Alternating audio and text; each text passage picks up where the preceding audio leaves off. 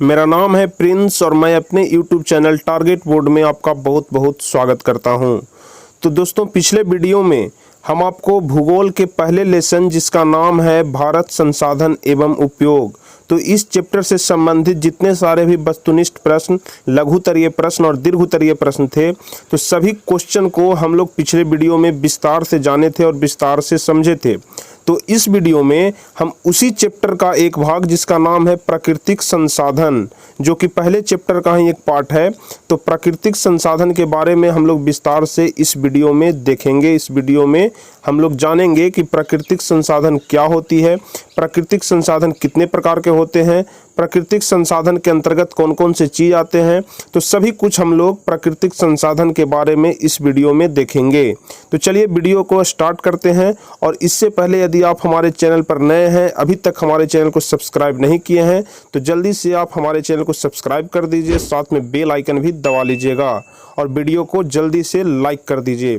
तो चलिए हम आपको बताते हैं सबसे पहला नंबर क्वेश्चन कि भारत में उच्चावच, भू आकृति, जलवायु एवं वनस्पतियों में पर्याप्त विविधता के आधार पर मिट्टी को कितने भागों में बांटा गया है। यहाँ पर मृदा लिखा हुआ है, लेकिन मृदा का मतलब मिट्टी होता है, ठीक है। तो भारत में उच्चावच, भू आकृति, जलवायु एवं वनस्पतियों में पर्याप्त विविधता के आधार पर मृदा को कितने भागों में बांटा गया है, तो इसका सही आंसर हो जाएगा 6 भागों में। मतलब मृदा को 6 भागों में बांटा गया है। पिछले वीडियो में हम आपको एक चीज बताए थे कि स्मॉल इज ब्यूटीफुल किसने कहा था। ध्यान रहेगा, सबसे फर्स्ट में ही आपको बताए थे, शुरू में ही शायद चौथा या 5वां नंबर क्वेश्चन था कि स्मॉल इज ब्यूटीफुल किसने कहा था। इसमें हम आपको बताए थे कि सुनसे ने, उसका सही उत्तर हम आपको बताए थे सुनसे ने, ठीक है, जो कि एक गलत उत्तर था। बस इसमें थोड़ा सा मिस्टेक हो गया है, इसको सुनसे के जगह आप सुमशेर कर लीजिएगा, ठीक है, सुनसे के जगह सुमशेर कर लीजिएगा। इसका सही आंसर सुमशेर हो जाएगा। स्मॉल इज ब्यूटीफुल सुमशेर ने कहा था। चलिए अब हम लोग चलेंगे अगला नंबर क्वेश्चन कि बांगर क्या है। देख रहे हैं यहाँ पर दूसरा नंबर क्वेश्चन है बांगर क्या है। तो देखेंगे बांगर क्या है कि पुराने जलोढ़ मिट्टी में कंकड़ एवं बंजरी की मात्रा अधिक होती है। ध्यान से समझिएगा, पुराने जलोढ़ मिट्टी में कंकड़ एवं बंजरी की मात्रा अधिक होती है, जो मिट्टी को अनउपजाऊ बना देती है, जिसे हम लोग बांगर कहते हैं, ठीक है। पुराने जलोढ़ मिट्टी में कंकड़ एवं बंजरी की मात्रा अधिक होती है, जो मिट्टी को अनउपजाऊ बना देती है, जिसे हम लोग बांगर कहते हैं। और उसके बाद हम लोग तीसरा नंबर क्वेश्चन देखेंगे कि खादर क्या है। खादर और बांगर का परिभाषा बहुत बार बोर्ड में पूछे जाते हैं, तो इसको आप ध्यान से समझिएगा और याद रखिएगा। तो खादर देखेंगे कि नए जलोढ़ मिट्टी में महीन कण पाए जाते हैं। जो नए जलोढ़ मिट्टी होते हैं उसमें महीन कण पाए जाते हैं, जिससे बालू एवं मृतिका का मिश्रण होता है। उस नए जलोढ़ मिट्टी में क्या होता है कि बालू एवं मृतिका का मिश्रण होता है और ये काफ़ी उपजाऊ हो जाते हैं। मतलब बांगर में अनउपजाऊ बना देती है, लेकिन खादर में मिट्टी जो है वो उपजाऊ हो जाती है। अब हम लोग चौथा नंबर क्वेश्चन देखेंगे कि काजू की खेती किस मिट्टी में की जाती है। काजू जो खाने के प्रयोग में उपयोग करते हैं, जिसे आप लोग खाते होंगे, तो काजू की खेती किस मिट्टी में की जाती है, तो लेटेराइट मिट्टी में, ठीक है। काजू की खेती लेटेराइट मिट्टी में की जाती है। देखिए, अगर हम आपको बताते हैं, अगर इसके बाद आपको किसी प्रकार की कोई भी दिक्कत होती है, प्रॉब्लम होती है, तो आप नीचे कमेंट बॉक्स में हमसे कमेंट करके कुछ भी पूछ सकते हैं। इसके अलावा आप डिस्क्रिप्शन में हमारे टेलीग्राम ग्रुप पर जुड़ जाइए, फेसबुक ग्रुप पर जुड़ जाइए, हमारे फेसबुक पेज को लाइक कर लीजिए, जिससे कि आप सीधे हमसे जुड़ सकें। किसी प्रकार की कोई भी दिक्कत हो तो आप सीधे हमसे कांटेक्ट कर सकें। चलिए अब अगला नंबर क्वेश्चन देखेंगे कि देश का कितना प्रतिशत भूभाग पठार के रूप में है, ठीक है। देश का कितना प्रतिशत भूभाग पठार के रूप में है, तो इसका 27% हो जाएगा। देश का कितना प्रतिशत भूभाग पठार के रूप में है, तो 27%। और अब छठा नंबर क्वेश्चन देखेंगे कि देश का कितना प्रतिशत भूभाग मैदान के रूप में है, तो 43%। पठार के रूप में कितना है, 27%। और देश का कितना प्रतिशत भूभाग मैदान के रूप में है, तो इसका सही आंसर हो जाएगा 43%। अब अगला नंबर क्वेश्चन देखेंगे कि उत्तर भारत का मैदान किस मिट्टी का है। उत्तर भारत का मैदान किस मिट्टी का है, तो इसका सही आंसर हो जाएगा जलोढ़ मिट्टी का। ठीक है, उत्तर भारत का मैदान जो है वो जलोढ़ मिट्टी का है। 9 नंबर यहाँ पर क्वेश्चन देखेंगे कि भारत में लगभग जलोढ़ मिट्टी कितना हेक्टेयर क्षेत्र में फैली हुई है। मतलब पूरे भारत में जो जलोढ़ मिट्टी है वो कितना हेक्टेयर क्षेत्र में फैली हुई है, तो 6.4 करोड़ हेक्टेयर। याद रखिएगा, भारत के 6.4 करोड़ हेक्टेयर में लगभग जलोढ़ मिट्टी फैली हुई है। चलिए अब 10वां नंबर क्वेश्चन देखेंगे कि भारत में काली मिट्टी लगभग कितना हेक्टेयर में फैली है, तो 6.4 करोड़ हेक्टेयर में काली मिट्टी भी है। ठीक है, भारत में काली मिट्टी लगभग 6.4 करोड़ हेक्टेयर में फैली हुई है। देखिए यहाँ पर भी हमको थोड़ा डाउट हो रहा है कि भारत में जलोढ़ मिट्टी और काली मिट्टी दोनों 6.4 करोड़ हेक्टेयर ही है। तो आप लोग चेक करिएगा और चेक करके यहाँ पर नीचे कमेंट करिएगा कि जो हम बता रहे हैं वो सही है या गलत है, कि भारत में जलोढ़ मिट्टी 6.4 करोड़ हेक्टेयर ही है या फिर इसका आंसर कुछ और होगा। तो नीचे कमेंट बॉक्स में आप कमेंट जरूर करिएगा। चलिए अब 11 नंबर क्वेश्चन देखते हैं कि काली मिट्टी का स्थानीय नाम क्या है। तो काली मिट्टी का स्थानीय नाम रेगुर मिट्टी होता है। ठीक है, काली मिट्टी का स्थानीय नाम रेगुर मिट्टी होता है। अब 12 नंबर क्वेश्चन देखेंगे कि लेटेराइट शब्द की उत्पत्ति कहाँ से हुआ। लेटेराइट शब्द की उत्पत्ति कहाँ से हुआ, तो यह ग्रीक भाषा के लेटर शब्द से हुआ। लेटेराइट शब्द की उत्पत्ति, ठीक है, लेटेराइट शब्द की उत्पत्ति ग्रीक भाषा के लेटर शब्द से हुआ। अब देखेंगे 13 नंबर कि लेटर शब्द का शाब्दिक अर्थ क्या होता है। जो लेटेराइट का जो उत्पत्ति हुआ लेटर शब्द से, तो लेटर शब्द का शाब्दिक अर्थ क्या होता है, तो लेटर शब्द का शाब्दिक अर्थ होता है ईंट। ठीक है, लेटर शब्द का शाब्दिक अर्थ होता है ईंट। अब लेटेराइट मिट्टी का रंग कैसा होता है, तो लाल होता है। लेटेराइट मिट्टी के बारे में यहाँ पर विस्तार से बताया गया है कि लेटेराइट मिट्टी का रंग कैसा होता है, तो लाल होता है। लेटर का शाब्दिक अर्थ क्या होता है, तो ईंट होता है। अब हम लोग देखेंगे 15 नंबर क्वेश्चन कि लेटेराइट मिट्टी का रंग लाल क्यों होता है। यहाँ पर अभी हम लोग देखें कि लेटेराइट मिट्टी का रंग लाल होता है, तो यहाँ पर एक वैज्ञानिक कारण दिया हुआ है कि लेटेराइट मिट्टी का रंग लाल क्यों होता है। तो एल्युमिनियम और लोहे के ऑक्साइड के कारण इसका रंग लाल होता है। ध्यान रखिएगा, एल्युमिनियम और लोहे के ऑक्साइड के कारण ही इसका रंग लाल होता है। अब 16 नंबर क्वेश्चन है कि भारत का क्षेत्रफल कितना है।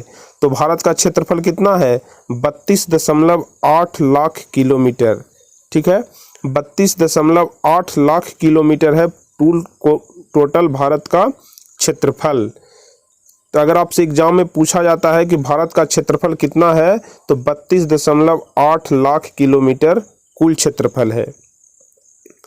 तो 32.8 लाख किलोमीटर में कितना प्रतिशत भूमि का उपयोग हो रहा है। 17 नंबर यहाँ पर क्वेश्चन पूछ रहा है कि 32.8 लाख किलोमीटर में कितना प्रतिशत भूमि का उपयोग यहाँ पर हो रहा है। तो इसका आंसर हो जाएगा 93%, मतलब 93%। मतलब 32.8 लाख किलोमीटर जो भारत का कुल भूमि है उसका कितना प्रतिशत मानव के द्वारा उपयोग में लाया जा रहा है, तो 93%। ठीक है, अब हम लोग देखेंगे 18 नंबर क्वेश्चन कि किसी भी देश में पर्यावरण संतुलित रखने के लिए कितना प्रतिशत भूभाग पर वन विस्तार वांछित है, जिससे कि पर्यावरण संतुलित रहे। मतलब कितना प्रतिशत वन लगाना बहुत जरूरी है जिससे कि पर्यावरण संतुलित रहे। तो यहाँ पर इसका सही आंसर हो जाएगा 33%, मतलब 33%।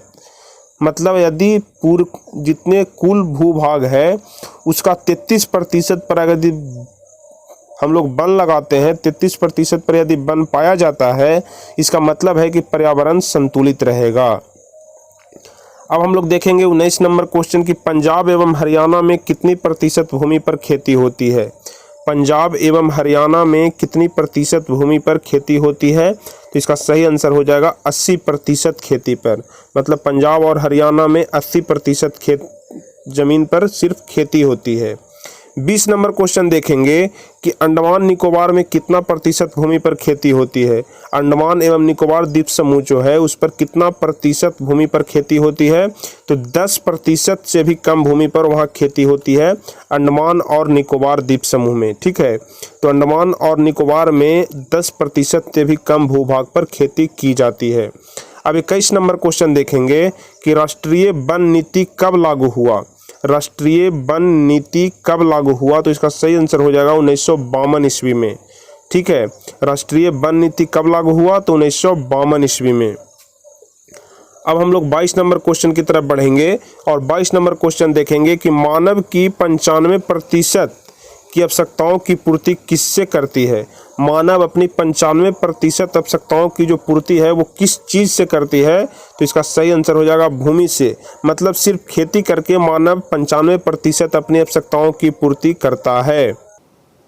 अगला नंबर क्वेश्चन हम लोग देखेंगे कि पहाड़ी क्षेत्रों में किस प्रकार की जुताई से मृदा अपरदन को रोका जा सकता है। मतलब पहाड़ी क्षेत्रों में हम लोग किस प्रकार की जुताई करेंगे, पहाड़ी क्षेत्रों में रहने वाले लोग किस प्रकार की जुताई करते हैं जिससे वहाँ मिट्टी के कटाव को रोका जाता है, मृदा अपरदन को रोका जाता है। तो इसका सही आंसर हो जाएगा समोच्च। मतलब समोच्च जुताई करके वहाँ की मृदा कटाई को रोका जाता है, मृदा अपरदन को रोका जा सकता है। क्योंकि पहाड़ी क्षेत्रों का जो जमीन होता है वो ढलाव नुमा होता है जिससे वहाँ मिट्टी का कटाव अधिक होता है। तो इसी चीज को रोकने के लिए वहाँ के लोग समुच्च जुताई करवाते हैं जिससे कि मृदा अपरदन को रोका जा सके। अब हम लोग 24 नंबर क्वेश्चन देखेंगे कि पवन अपरदन वाले क्षेत्रों में कैसा कृषि श्रेष्ठकर होता है। मतलब जहाँ पवन अपरदन अधिक होता है वहाँ किस प्रकार की कृषि अधिक की जाती है, तो इसका सही आंसर हो जाएगा पट्टिका कृषि। मतलब जहाँ पवन अपरदन अधिक होता है वहाँ पट्टिका कृषि की जाती है। अब देखेंगे 25 नंबर क्वेश्चन कि मेढक के प्रजनन में कौन सा रसायन रोक लगा देता है। मेढक के प्रजनन में कौन सा रसायन रोक लगा देता है, 25 नंबर क्वेश्चन है। इसका सही आंसर हो जाएगा एंड्रिन। एंड्रिन नामक रसायन है जो मेढक के प्रजनन में रोक लगा देता है। इसके बाद हम लोग 26 नंबर क्वेश्चन देखेंगे कि मृदा संरक्षण की सबसे बड़ी शर्त क्या है। ठीक है, मृदा संरक्षण की सबसे बड़ी शर्त क्या है, तो इसका सही आंसर हो जाएगा वृक्षारोपण। मतलब वृक्षारोपण से मिट्टी का संरक्षण अधिक किया जाता है। यदि हम लोग वृक्ष अधिक लगाएंगे तो उससे मिट्टी को वो जकड़े रहता है जिससे मिट्टी का कटाव कम होता है, इससे मृदा संरक्षण सबसे अधिक होता है। तो इसका सही आंसर हो जाएगा वृक्षारोपण। अब चलेंगे हम लोग अगले नंबर क्वेश्चन की ओर जो कि अब बुक से है वस्तुनिष्ठ प्रश्न। तो हम लोग सारे बुक के सारे वस्तुनिष्ठ प्रश्न को देखेंगे बारी बारी से। चलिए, सबसे पहला नंबर क्वेश्चन कहता है कि पंजाब में भूमि निम्नीकरण का मुख्य कारण क्या है। पंजाब में जो भूमि निम्नीकरण हुआ उसका मुख्य कारण क्या है। ऑप्शन है वनोन्मूलन, गहन खेती, अति पशुचारण, अधिक सिंचाई। तो इसका सही आंसर डी हो जाएगा अधिक सिंचाई। मतलब पंजाब में भूमि निम्नीकरण का जो मुख्य कारण है वह है अधिक सिंचाई। अब हम लोग देखेंगे दूसरा नंबर क्वेश्चन कि रोपनी कृषि किस राज्य में प्रचलित है। रोपण कृषि भी इसको बोला जाता है कि रोपण कृषि किस राज्य में प्रचलित है, तो इसका सही आंसर हो जाएगा उत्तराखंड में। रोपण कृषि उत्तराखंड में सबसे अधिक प्रचलित है। ठीक है, अब तीसरा नंबर क्वेश्चन देखेंगे कि मरुस्थलीय भूमि का विस्तार निम्न में से कहाँ है। मतलब कहाँ सबसे ज्यादा मरुस्थलीय भूमि पाया जाता है। तो चूंकि आप लोग जानते हैं कि मरुस्थल सबसे अधिक राजस्थान में है और सबसे बड़ा मरुस्थल भी राजस्थान में है जिसका नाम सहारा मरुस्थल है। इसका मतलब कि इसका सही आंसर डी हो जाएगा। मतलब मरुस्थलीय भूमि का विस्तार कहाँ पर सबसे अधिक है, तो राजस्थान में। राजस्थान में मरुस्थलीय भूमि का विस्तार सबसे अधिक है। अब हम लोग चौथा नंबर क्वेश्चन देखेंगे कि मेढक के प्रजनन को नष्ट करने वाला रसायन कौन है। तो इसके बारे में अभी हम आपको ऊपर बताए कि एंड्रिन नामक रसायन है जो मेढक के प्रजनन को नष्ट कर देता है। चलिए, अब हम लोग 5वां नंबर क्वेश्चन देखेंगे कि काली मिट्टी का दूसरा नाम क्या है। काली मृदा का दूसरा नाम क्या है। तो काली मृदा का दूसरा नाम है रेगुर मिट्टी, ठीक है। रेगुर मिट्टी काली मिट्टी का दूसरा नाम होता है, तो इसको याद रखिएगा। इसका सही आंसर हो जाएगा रेगुर मिट्टी। चलिए अब हम लोग देखेंगे लघुतरीय प्रश्न, ठीक है। तो लघुतरीय प्रश्न सबसे पहला का नंबर कहता है कि जलोढ़ मिट्टी के विस्तार वाले राज्यों के नाम बताएं और इस मृदा में कौन कौन सी फसलें लगाई जाती है। मतलब सबसे अधिक जलोढ़ मिट्टी का विस्तार कौन से राज्य में है और जलोढ़ मिट्टी में कौन कौन से फसल सबसे अधिक लगाए जाते हैं। चलिए इस क्वेश्चन का हम लोग आंसर देखेंगे कि जलोढ़ मिट्टी भारत में विस्तृत रूप से फैली हुई सर्वाधिक महत्वपूर्ण मिट्टी है।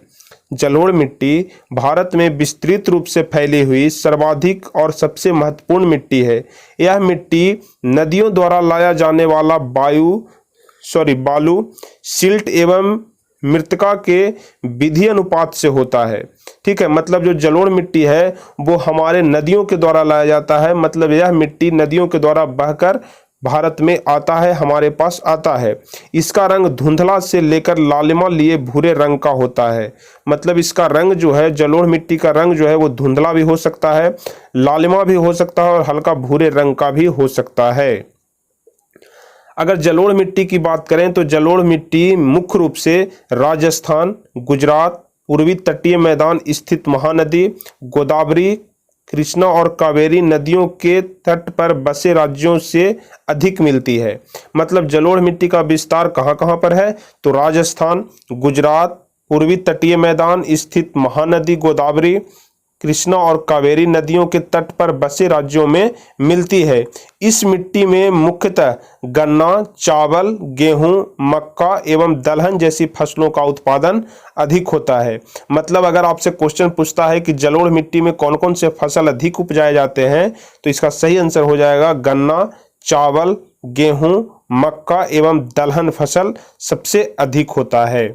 चलिए अब हम लोग देखेंगे दूसरा नंबर क्वेश्चन कि समोच्च कृषि से आप क्या समझते हैं। समोच्च कृषि किसे कहते हैं? तो इसका आंसर होगा कि मिट्टी की सतत गुणवत्ता बनी रहे इसके लिए वर्षा जल का संचयन, ठीक है। मिट्टी की सतत गुणवत्ता बनी रहे इसके लिए वर्षा जल का संचयन, भूपृष्ठीय जल का संरक्षण, भूमिगत जल की पुनः पूर्ति के साथ साथ पहाड़ी क्षेत्रों में सीढ़ीनुमा खेती की जाती है। पहाड़ी क्षेत्रों में क्योंकि वहाँ की मिट्टी जो है, वहाँ की ज़मीन जो होती है वो ढलाऊ होती है, इसलिए वहाँ सीढ़ीनुमा खेती की जाती है। तो इससे क्या होता है कि मिट्टी का संरक्षण होता है, जिसे समोच्च कृषि कहते हैं। तो फिर से देख लीजिए, मिट्टी की सतत गुणवत्ता बनी रहे इसके लिए वर्षा जल का संचयन, भूपृष्ठीय जल का संरक्षण, भूमिगत जल की पुनः पूर्ति के साथ साथ पहाड़ी क्षेत्रों में सीढ़ीनुमा खेती की जाती है। इसे ही हम लोग समोच्च कृषि कहते हैं। इस विधि द्वारा मिट्टी की उर्वरता शक्ति एवं संरक्षण साथ साथ हो जाती है। इससे क्या होता है कि मिट्टी की जो उर्वरता होती है, उसकी शक्ति जो होती है एवं मिट्टी का संरक्षण भी दोनों साथ साथ हो जाता है। अब हम लोग देखेंगे अगला नंबर क्वेश्चन कि पवन अपर्दन वाले क्षेत्रों में कृषि की कौन सी पद्धति उपयोग मानी जाती है। मतलब जहां पवन अपर्दन अधिक होता है वहां कौन सी कृषि ज़्यादा की जाती है, कौन सी कृषि की ज़्यादा वैल्यू दी जाती है। चलिए इस क्वेश्चन को हम लोग देखेंगे कि पवन अपर्दन वाले क्षेत्रों में पट्टिका की कृषि अधिक होती है, ठीक है। अभी हम आप लोगों को ऊपर ऑब्जेक्टिव में भी बताए थे कि जहां पवन अपर्दन अधिक होता है वहां पट्टिका कृषि की जाती है। तो पवन अपर्दन वाले क्षेत्रों में पट्टिका की स्थिति श्रेयस्कर है। इसके अंतर्गत फसलों के बीच घास की पट्टिका विकसित करने पर आधारित है। मतलब फसलों के बीच बीच में घास को लगाया जाता है। इसके तहत रसायन का उचित उपयोग कर मिट्टी का संरक्षण भी किया जाता है। मतलब रसायन का उपयोग करके मिट्टी का संरक्षण भी किया जाता है। रसायनों के सतत उपयोग से मिट्टी के पोषक तत्वों में कमी आने लगती है। रसायन का सतत उपयोग होता है, इससे क्या होता है कि मिट्टी में जितने सारे भी पोषक तत्व मिले रहते हैं उसमें कमी आने लगती है। ये पोषक तत्व जल, वायु, केंचुआ और अन्य सूक्ष्म जीव हो सकते हैं। क्या क्या हो सकते हैं? तो जल, वायु, केंचुआ और अन्य सूक्ष्म जीव भी हो सकते हैं। चलिए अब हम लोग देखेंगे चौथा नंबर क्वेश्चन कि भारत के किन भागों में नदी डेल्टा का विकास हुआ है, यहाँ की मृदा की क्या विशेषताएं हैं। तो इसका आंसर होगा कि भारत नदियों का देश है, फलतः विभिन्न भागों में नदी डेल्टा का विकास हुआ है। उसमें मुख्यतः उत्तर भारत का मैदानी क्षेत्र, पूर्वी तटीय मैदान एवं दक्षिण भारत के कुछ क्षेत्रों में विकास हुआ है। इन क्षेत्रों के मिट्टियों में पोटास, फास्फोरस और चूना जैसे तत्वों की प्रधानता होती है। मतलब उत्तर भारत के मैदानी क्षेत्रों में, जो कि पूर्वी तटीय मैदान एवं दक्षिण भारत के कुछ क्षेत्रों में विकास हुआ है।